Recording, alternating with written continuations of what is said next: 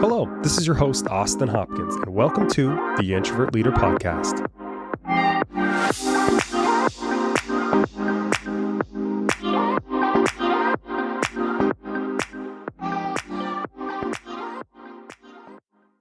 Welcome to episode 34. I'm happy to have you guys here today, and I want to jump right into it. Today, we're going to be talking about the first 90 days of a new job or a new company that you're starting at. And we'll get into it in just a second, but before we do, a couple of quick things that I've been into recently. Music-wise, I've been listening to the Beatles. I'm obsessed with the Beatles. I have been ever since I was a kid. I remember riding in my uncle's car when we were on our way to do construction jobs, and we would just be blasting their music forever. He was obsessed. He knew every piece of trivia about the Beatles, and so through him, I kind of got my love and appreciation for their music. Most recently, I've been listening to their song Now and Then. It's pretty fun. It's kind of a retro release from something they recorded back in the day, but then just recently released it. And kind of transitions perfect into what I've been watching. Recently, I watched the movie Yesterday, and I don't know if you've seen this movie, but it's a fantastic movie with one of the best soundtracks, and it's actually about a musician who can't seem to find an audience, and then one day something happens, and everyone forgets that the Beatles ever existed. So this musician starts playing their music and kind of making it his own, becomes a superstar because obviously their music's awesome. And I really enjoyed the movie. It's fun. It's got good acting. It's got great music and kind of a unique storyline. So if you haven't seen Yesterday, I think you'd enjoy it. And if you're a Beatles fan, I know you'll enjoy it. Okay, moving on. Recently, YouTube, I have been watching a channel called Grand Designs. And essentially, it's a British show about architecture. Families kind of set out to build their dream home, a lot of times very unique, very modern, interesting materials, and they do it without any experience. So if you kind of like documentaries or architecture, I really enjoy it. It's about people kind of overcoming challenges, creating really, really unique buildings, and the whole process behind it. So really, really been enjoying that. Tons of episodes. The show's been out for like 15, 20 years, I think. Okay, updates. I'm actually kind of been working on something fun with my business partner, Kyle. So we've been thinking, what's a way that we can continue to help people, continue to make an impact, specifically related to leadership? So we've decided to actually go out and create a leadership course. And in this course, it's going to be a few hours. It's going to break down everything that he's learned in his career and that I've learned in my career about being an effective leader. So we're going to cover everything from communication, how to create the right culture, how to manage performance, all that kind of stuff. It's going to be your blueprint to be an effective leader. So maybe you're just starting out as a leader. Maybe you've been a leader for a while, but you're kind of feeling stuck. This course is going to be fantastic for you. And I'm really excited to roll that out. I don't have a release date yet. I'm thinking, though, probably within the next 2 or 3 months is when we would probably want to release it. And so if you have any thoughts or things that you want to make sure I include in that course, hey, I'm all ears. Send me a message to the introvertleader@gmail.com. I'm always happy to hear your feedback and any ideas, thoughts you have. Okay, it's time for a listener Q&A.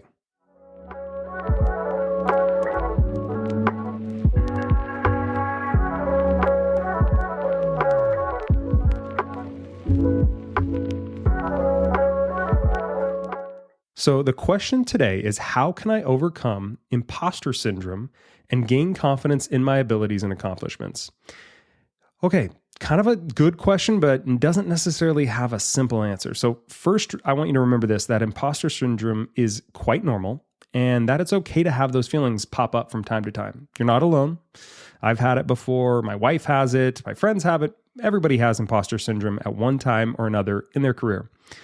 I really see that it's only a problem if you focus on those feelings and let them take away from productivity, from progress. So if you're constantly going back and thinking about why you're not good enough or that people are going to figure out that you don't have any value, yada, yada, yada, if that's a thing that's in your head and that you're allowing time and energy to focus on, that's a problem, right? So it's okay that those automatic thoughts pop up, but label them as what they are. You're feeling a little insecure. That's all it is. It's not like there's any truth to it necessarily. You're just feeling a little insecure. The second thing that I would really do is you need to get some positive feedback about the value you're adding. The times where I have felt more confident about the value I'm adding, I feel less imposter syndrome because I'm getting that immediate feedback, that immediate mirror, if you will, to show, hey, here's some value that you're adding. So find a way to add value within your company. Think about what are the things you're good at? What do you enjoy? What are you uniquely skilled at? Do that stuff. And then ask for feedback. And then once you get a positive response, keep doing that thing. Your confidence is going to grow. You're going to feel less like an imposter, and it's going to allow you to get past those automatic negative thoughts. So stay patient, label and move on from those automatic thoughts. I'm confident you're going to be able to manage imposter syndrome. And also remember, you're not alone. Not everybody is going to talk about their imposter syndrome, but everybody I know at one time or another has felt that. So good question. Okay, so I talked about the subject for this episode, which is discussing the first 90 days of a new job or a new company that you're starting at. And because the first 90 days of a new job is so stinking important, I wanted to cover that. I wanted to go over the things that I've done for the 12 jobs that I've had in my career, that the 3 companies I've worked at on both coasts. I want to share with you what I've learned, the mistakes I made, and give you some strategy to come into any role with a bang. I want you to be able to come into that new company, come into that new role, instantly make an impact, set yourself apart, stand out, add value.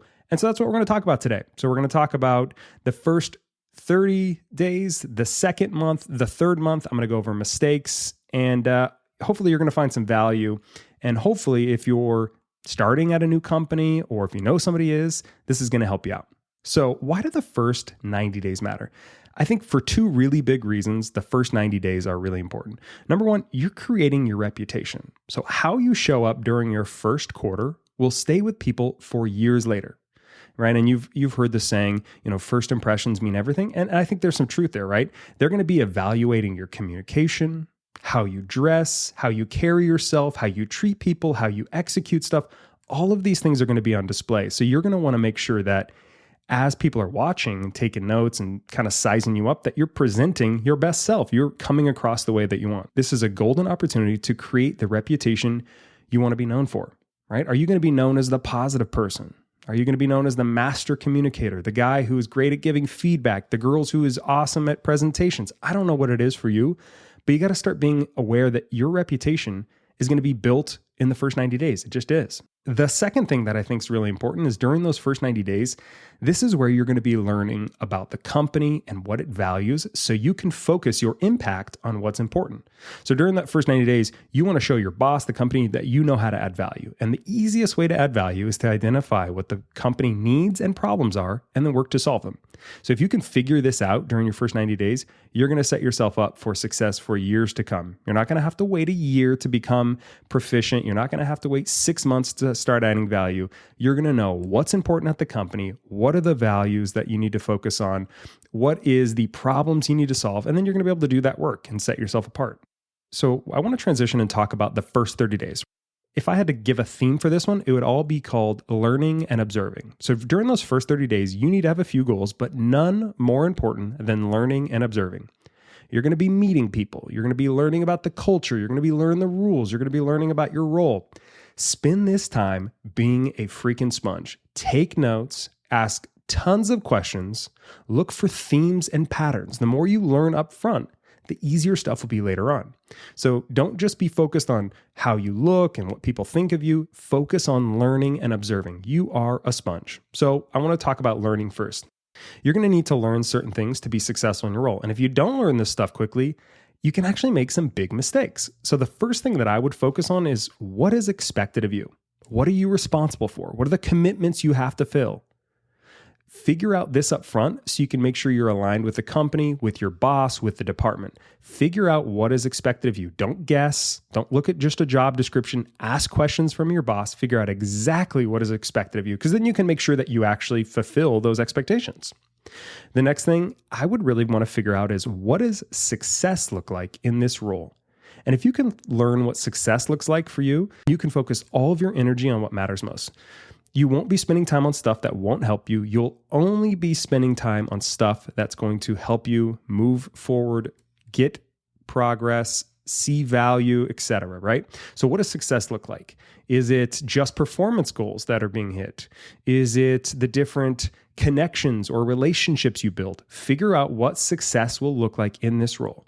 Maybe that's talking to a peer. Maybe that's talking to your boss. Maybe that's just observing, learning from stuff you see on the website within your company. Figure that out. What does success look like? Because if you can figure that out, again, you're not going to waste any time on stuff that doesn't matter. You don't want to be spending your time on all these things that you think are important to find out that, hey, it's not important at all. The next one is, I think it's really important to learn what can get you shot versus what can get you killed. So I actually learned this saying years ago from my girl I worked with. She was a badass. She was my kind of co-leader of this department that we managed. And she would always talk about the difference between getting shot and getting killed. So what does that mean? Getting shot is going to hurt, right? It's not going to feel good. It might be a slap on the wrist. But getting killed are the things that can get you fired. So you want to learn these things up front. What are the things that are just completely no-nos, can't do, into the world, earth-shattering mistakes? You don't want to do those things. And what are the things that you can afford to fudge a little? You can make a little bit of a mistake and it's not the end of the world. You might get a slap on the wrist. So figure those things out. You can ask questions to people around you. Again, you can just observe those things. But that's really, really important to figure out what's going to get you shot versus what's going to get you killed. So speaking of observing, I think during the first 30 days, it's really important that you're super observant. Again, you don't want to be spending time about how you look or what people think of you. Instead, spend all of your time and energy on watching and observing. So if I was trying to observe what's important and what I needed to learn in a company, here are the three things that I would focus on. What does the culture look and feel like? How do people communicate? And how do people operate? So what does the culture look and feel like? This is important because you want to make sure that you are a cultural fit. You want to make sure that you are not an outlier doing things that are going to get you in trouble or things that are going to ruin your reputation. So figure out things like this. Is recognition important in this culture? Do you need to be super professional? Do they kind of value people being their authentic self? Is humor appropriate?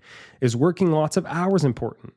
How do decisions get made? These are the things that are really, really important. You want to figure out what the culture looks and feels like. And the reason why that's important is you want to make sure that you integrate yourself into that. And the quicker you can learn how the culture looks and feels, it'll help you better integrate faster and more efficiently. The next thing that's really, really important is figuring out how do people communicate. Every company, every department, every boss, in fact, communicates in a different way. And it's really important to figure out how people prefer communications in the company because you might have done it one way at your old company or in your old role, and it may be totally different. So for example, I've gone from companies that communicate mostly everything on big meetings via WebEx, and then I've worked at other companies where everything's done via email or instant messenger. So figure out that. How do people share ideas? Is it via email? Is it meetings? Is it phone? Is it instant messaging? Learn how people communicate, and this will help you better integrate yourself. And again, you want to integrate yourself. You want the people at that company to feel like you've already been there for years and years and years. You don't want to be seen as an outlier, someone who's not part of the team. The next thing I think that's really important around observing is observe how people operate. Right? How are decisions made in the company? Are they made as a group? Does everything get funneled through one person? Who gets invited to meetings? Do you CC people's bosses when you want to get information across to them? What routines are important? Is feedback encouraged? Figure out how people move within the company. Again, this will allow you to speak their language, to feel like you're part of the team. You don't want to do stuff that's going to get you shot. You don't want to do stuff that's going to get you killed. And you want to make sure that you're doing what everyone else is doing and make sure that you're not standing out in a bad way. Okay, so we talked about observing, we talked about learning. I think the next thing that's really important for you to focus on during your first 30 days is building a relationship and connecting with COIs, center of influences. So when you're starting a new job, it's obviously crucial to build relationships. The more relationships that you build, the faster you can move, the more connected you're going to feel, and the more you're going to learn. So take it from a guy who is an introvert and that doesn't necessarily love to be friends with everyone. This is important. So make sure that you don't hide in a corner, stay to yourself. You need to get integrated. So here are a couple things you can do. Seek out people you can respect or learn from. Who's been with the company for a while? Who has tribal knowledge, aka only things they would know? Things about the company that you need to learn, about departments, history, things like that. Who can you vibe with? Find people out you respect and can learn from, and then build relationships. Invite them to lunch, take them to coffee, send them a message, recognize them when they do something cool on a call. Create a relationship. And again, you don't have to be friends with everyone, but people that you respect or can learn from. I think it's a no-brainer, right? Here's the next one. And this one took me a while to get better at, but it's important to connect with center of influences. So these are people with influence. And so whenever I started a new company or a new role, I kept my eyes out for what they call those COIs. These are the people who had influence, who had power, impact, etc. And I made it a point to connect with them to see what they had learned, what they needed, how I could partner with them, what problems I could solve for them, etc. I wanted to attach myself to them in some way. Now, I'm not saying suck up to them. I'm not saying waste people's time. It could be a quick 15-minute session. Hey, I just wanted to learn more about your business, kind of what you guys are working on and how we might be able to partner. It could be as simple as that. Anytime I'd send that email, I'd always get a yes. And, I would go to that meeting, ask questions, follow up with a thank you email. And it really worked to my advantage. I built relationships. And then later on, if I needed something or needed a question answered, I had someone who had some influence that I could partner with, talk with.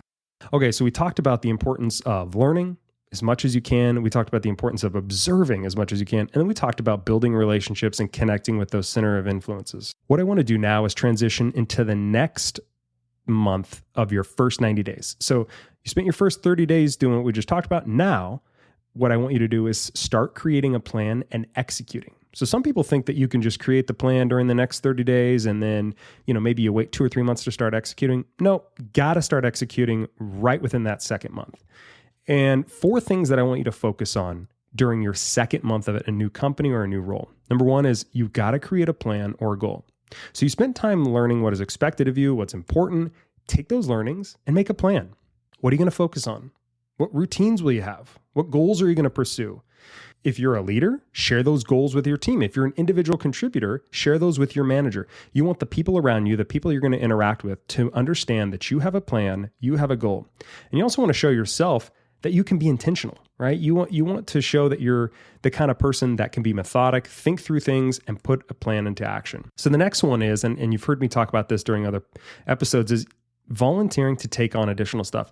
An easy way to stand out and make an impact is to volunteer for stuff. So I'll tell you a story about that later, but ask yourself or ask the people around you, is there a project you can run? Is there an initiative you can support? You want to show people around you that you're a team player and that you want to add value. So it can be small stuff, it can be big stuff. Again, I always say this, be intentional. Think about the stuff that matters. Don't take on projects that have no value, that no one cares about, that won't help anything. Spend time on the most important things, the things that are important to the company, to the department, to your manager, and volunteer to take on stuff. They're going to be appreciative, it's going to set you apart, and you're going to be adding value. Okay, the next thing I want you to focus on during your second month in the job is you got to get some early wins. I can't tell you how important it is to get early wins. You cannot wait 6 months. You cannot wait a year. You cannot wait 4 months. Within your second month, you need to be getting early wins. Don't wait too long. Find a way to get a win very early on. This will do 2 things. Number 1, you're going to gain confidence during a potentially kind of uncomfortable season. You're feeling a little weird. You're in a new environment. And number 2, you're going to create a reputation of a person that gets results. So find something, anything that you can sink your teeth in and get a win and spend as much time as you can making a splash. This has always served me well. Again, these early wins create a aura, a reputation, a vibe that, hey, this person's adding value. Wow, this is the kind of person we just hired. You're instantly going to get more respect. You're instantly going to get more influence, etc. Really, really important. And then the 4th thing you got to do, like I said, during the next month is you got to execute. So you already understand what's important in the company. You learned that during the first 30 days. You need to start executing. Is there sales goals you need to hit? Well, you better hit them. Are there projects that you need to complete? They need to be completed. Whatever it is, you need to be executing in your role. Yes, you're still creating that plan, but that doesn't mean you can't execute. You're right. The plan is going to be the ultimate goal, the high-end vision, but the mission, the things you're there to do every day, you got to start adding value. You got to start solving problems. Execute, execute, execute. So stinking important. Don't wait. I've seen people make this mistake. All right, folks, we are on to our 3rd month. So we've spent the first month learning, observing. The second month, we executed, we created a plan. The 3rd month is where you're going to review and adjust. So 3 things that I always focused on when I was in my 3rd month. The first one was reflecting on my plan. The next one was making adjustments, and the last one's asking for feedback. So reflecting on your plan. So you created your plan during the 2nd month.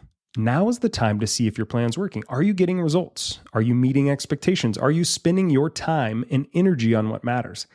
Ask yourself these questions.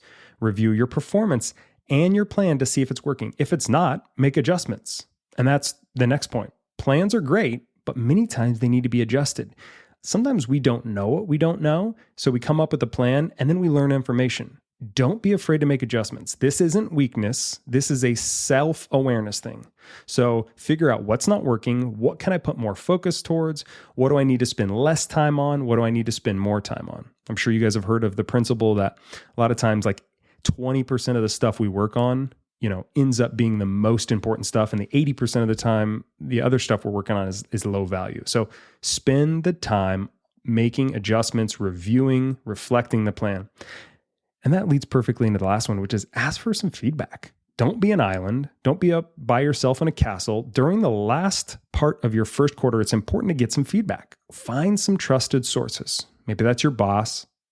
Maybe that's a senior leader. Maybe it's a peer you respect. Maybe it's your employees if you're a leader, and ask for feedback. Ask questions like, am I adding value?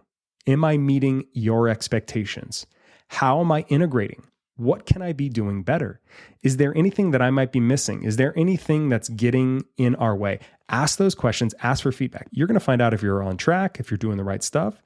And you might find out you're not doing the right stuff. You might find out that you're not integrating well and that you're kind of sticking out like a sore thumb. That's okay. You're going to learn that information and then make adjustments. So reflect on your plan, make adjustments, ask for feedback. Super important to do in your last month of your first quarter at a new company or in a new role. All right, guys, I want to transition and talk a little bit about mistakes. I always like sharing these mistakes with you because these are the things that I did, the things that I literally have gone through. And my goal, my hope in you listening to this and recording it is that you don't make those mistakes. I can save you time on the mistakes that I have made when starting at a new company or a new role. So when you're starting at a new company or role, there are some easy mistakes that you can fall into. I've made these and I've seen people made them. So I want to walk through the 4 biggest mistakes that I've made and then kind of show you how to avoid those. So number 1, trusting the wrong people. I made this mistake of trusting the wrong people as I started at a new company. I have a habit of giving trust very easily and quickly, and sometimes that hurts me, to be honest with you. I remember a time when I trusted this gal who was super nice to me and said the right things, right from day one. Come to find out, she was a snake. She had a huge reputation as a liar. And unfortunately, I was actually getting associated with her. People were kind of lumping me in with her because we were sometimes working on the same project or we would go grab coffee together. Her name would be attached to projects that I was on, et cetera. So really be careful about trusting the wrong people. And a couple of things you can do on that. If you meet someone and they're in a hurry to be friends, be very careful. One of my favorite authors, Robert Greene, talks about this, but usually if someone is really quickly trying to buddy up with you too fast, where it feels uncomfortable, like, whoa, this is too fast, they usually want or need something from you. So be very wary of that. And also, don't attach yourself to someone too soon, right? Learn more about that person, figure out what they're about, see them in different situations, in different lights before you decide to associate yourself with them. The next one is, and we talked about it already, but not securing early wins. From the moment you start at a new job or new company, people will be evaluating your value. So if you're not producing early wins, you're hurting your reputation. Folks might question your value or why you're even hired. So remember, success breeds more success. So if you get early wins, you are immediately going to set yourself apart. You're going to build confidence. Super important. Get those early wins. Think about just things that you can add value in, problems you can solve, and ways that you can help the company with its gold priorities. The next one is being too timid or shy. So I'm an introvert and I also struggle with social anxiety, as most of you might know. And I have trouble when I'm in situations where I don't know people. I have a tendency to become quiet or shy or timid or standoffish. And this type of behavior doesn't help you. It doesn't help me. And I've made the mistake of, sitting alone during meetings, not integrating because of my anxiety. And if you want to become part of the team faster, you got to get out of your comfort zone. So pick a few people to get social with. Do it even though it makes you uncomfortable. Turn it on, as they say. I know you can do it. I know I can do it. It's not my natural tendency to be the center of attention or the social butterfly, but you can turn it on. You can do it for 30 minutes during a meeting. You can do it. It's not fun, but I'm telling you, this is a great way to integrate yourself and make sure that people see you as a team player. Here's the last mistake that I've seen, and this is a doozy. I have seen people make this mistake over and over again. Here it is. Quit talking about your last company or how they did stuff. No one at your new company gives a shit about your last company. They don't care about how you did stuff. They don't care about the rules that you had, the regulations, the processes. No one gives a shit. You're at your new company. You don't want them to think of you as an outsider. You want them to think of you as one of their own, right? So quit talking about something that separates yourself. Obviously, you can, use that information about how you did stuff previously to make decisions, but quit talking about it. It's going to hurt your career. People aren't going to want to hear about it because that's not the company you're working at now. You've started at a new company. You're in a new role. So focus on that, not on where you used to be. Okay. We talked about mistakes. We talked about the first 30 days, the second month, the third month. What I want to do is put it all together, tell you a little story time. So grab a blankie, grab some hot cocoa. We're diving in, folks. So it was the first 3 weeks of a new job at this new company, and I was invited to a conference that the company was hosting. First of all, conferences in general always get me super nervous. You're around hundreds of people you don't know, but obviously it was my first 3 weeks, and so I was like, yep, I'll be there. And there was going to be, maybe 200, 300 people at this conference, and we were all going to learn how to be a better coach to our teams. So during the conference, we learned some basic concepts and strategies to be a better coach. I took notes, paid attention. And then during a portion of the conference, they wanted each table to kind of break off and create a mock coaching session and then demonstrate it to the whole conference. And one person would be the manager, the other person would act as the employee. And, being the new guy, I thought, hey, let's volunteer to be the manager. I know this was kind of the harder role out of the two. I don't enjoy being in the spotlight or speaking in front of people, but I knew this would be a good way to separate myself. And it would be a good way to instantly show my value and get a quick win. I should also mention that I'm kind of a pro at role plays. And I say that with all humility. The only reason I'm a pro is I did that for a decade, literally for a decade straight. I would practice how to say things in front of people, how to do a role play. I taught my team that. So, I felt like I could add some value in that situation. So back to the conference, we practiced at the table. I felt good. I was nervous, right? And then the time came for each table to present their role play in front of the group. So we had to stand up. And when the time came to give our role play, I stood up, launched into it, and I used each of the concepts they had taught me at the conference. I stayed calm. I stayed authentic. I remember what I had learned and observed during my first 3 weeks. And I executed it. I sat down, and the room immediately started to applaud me and my partner. And man, I got to tell you how good that felt. I smiled and thought to myself, man, I just came into this company with a bang. During the rest of the conference, I had so many executives and so many people come up to me over and over again to tell me I killed it. They congratulated me, gave me some kudos. So instantly, I had just created a reputation of value in the minds of 300 people that I had just met. In just 5 minutes, I created the rep, showed my value, differentiated myself. And I got to tell you, this early win really helped me to continue to integrate into the company and make a name.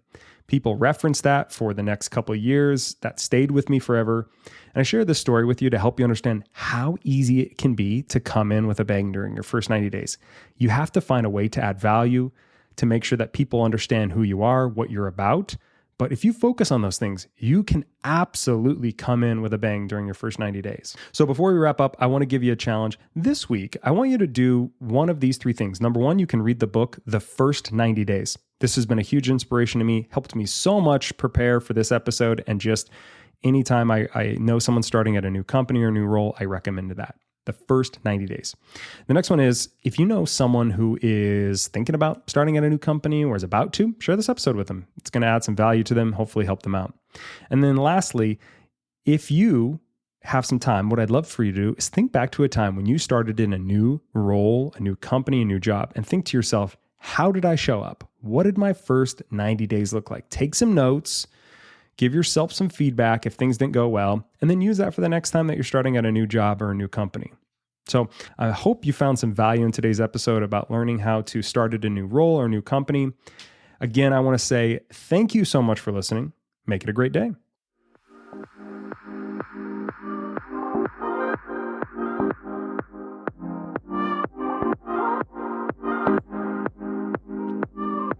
This has been the Introvert Leader Podcast. Subscribe for new episodes every other Wednesday.